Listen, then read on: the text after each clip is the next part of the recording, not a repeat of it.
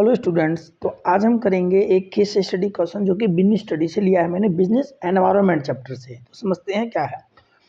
Global food LTD है जो कि मल्टीनेशनल कंपनी है in the food processing industries में। Has a good customer base. उसका कस्टमर बेस है वो कैसा है? गुड, बहुत अच्छा है। Recently it has expand into a new international market. अभी अभी उसने क्या किया है? अपने बिजनेस को एक्सपेंड किया है। But due to increase awareness for health care में जैसे अवेयरनेस बढ़ी है, there is shift in consumer demand for healthier food options. तो उन्होंने क्या किया? अपने जो फूड डिमांड था उसको किस में कर दिया? कंज्यूमर डिमांड के हेल्थियर फूड ऑप्शंस पर। For this for this reason, the company need to adopt the frequent technological advancement in production process so that healthy food product option can be made available in the market। अब हुआ क्या? जैसे जैसे इन्होंने क्या किया, इस फूड हेल्थियर ऑप्शंस को जैसे ही फूड हेल्थियर ऑप्शंस आने लग गए तो कंपनी ने क्या किया? एडिक्वेट टेक्नोलॉजीज लेकर के आए, एडवांसमेंट किया ताकि जो फूड प्रोसेसिंग है वो बढ़ सके और हेल्थी जो है वो प्रोडक्ट तैयार हो सके।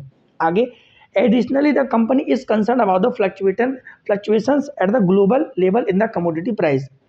अब जो एडिशनली दूसरी तरफ देखा जाए तो कंपनी ये भी चिंता कर रही है जिस हिसाब से ग्लोबल लेवल में फ्लक्चुएशन आ रहा है कमोडिटी के प्राइस को लेकर के, क्योंकि एक्सचेंज रेट में फ्लक्चुएशन आ रहा है एंड पॉलिटिकल कंडीशन भी स्टेबल नहीं है। आगे, global food LTD is find it increasingly difficult to predict future outcomes. तो अब हो क्या रहा है? ग्लोबल फूड एलटीडी को ये फाइंड आउट करने में बहुत प्रॉब्लम हो रही है कि प्रिडिक्ट करना फ्यूचर में outcomes due to constantly change in the nature of the market. अब मार्केट जब बार बार चेंज हो रहा है तो उनको ये प्रिडिक्ट करना बहुत टफ पड़ रहा है।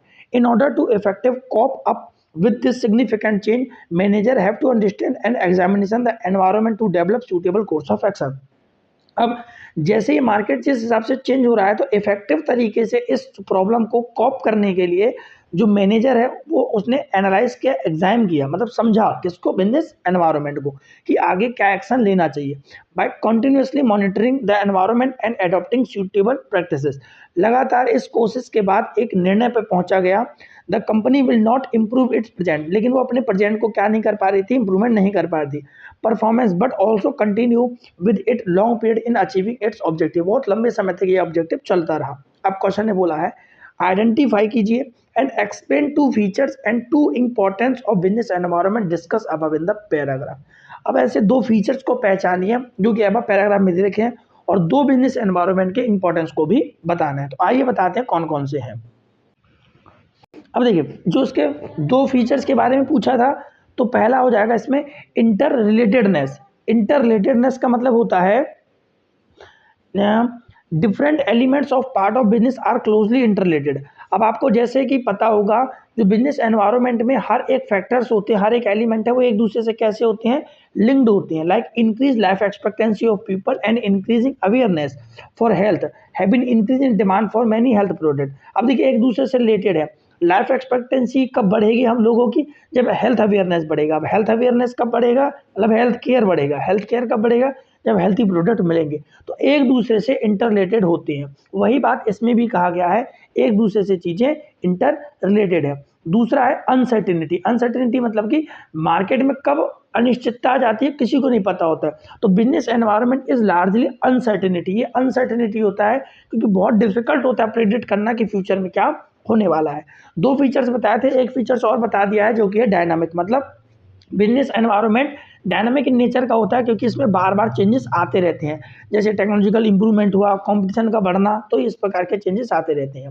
अब और एक और क्वेश्चन पूछा था उसमें कि इंपॉर्टेंस क्या है बिजनेस एनवायरनमेंट के। तो बिजनेस एनवायरनमेंट को पढ़ने की जरूरत इसलिए है, it help to coping rapid change. बार बार जो चेंजेस आते रहते हैं उनको कॉप करने के लिए, कॉप का मतलब होता है उसको कवर अप करने के लिए होता है, ठीक है ना।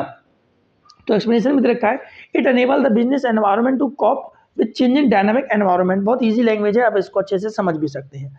और सेकंड दे रखा है इट इंप्रूव द परफॉर्मेंस। यदि हम अच्छे से प्रेडिक्ट कर पाएंगे कि क्या प्रॉब्लम्स हो रही हैं, अच्छे से बिजनेस एनवायरनमेंट को समझ पाएंगे कि हाँ मार्केट फ्रीक्वेंट तरीके से चेंज हो रहा है, ट्रेंड ये चल रहा है, तो हम अपने परफॉर्मेंस को भी क्या कर पाएंगे? इंप्रूव कर पाएंगे। होप सो ये केस स्टडी आपको अच्छी लगी होगी, समझ में भी आया होगा। इसका मतलब इस केस स्टडी से सीख ये मिलती है, फीचर्स, इंपॉर्टेंस, ये सब आपको याद करने पड़ेंगे अच्छे से। Thank you.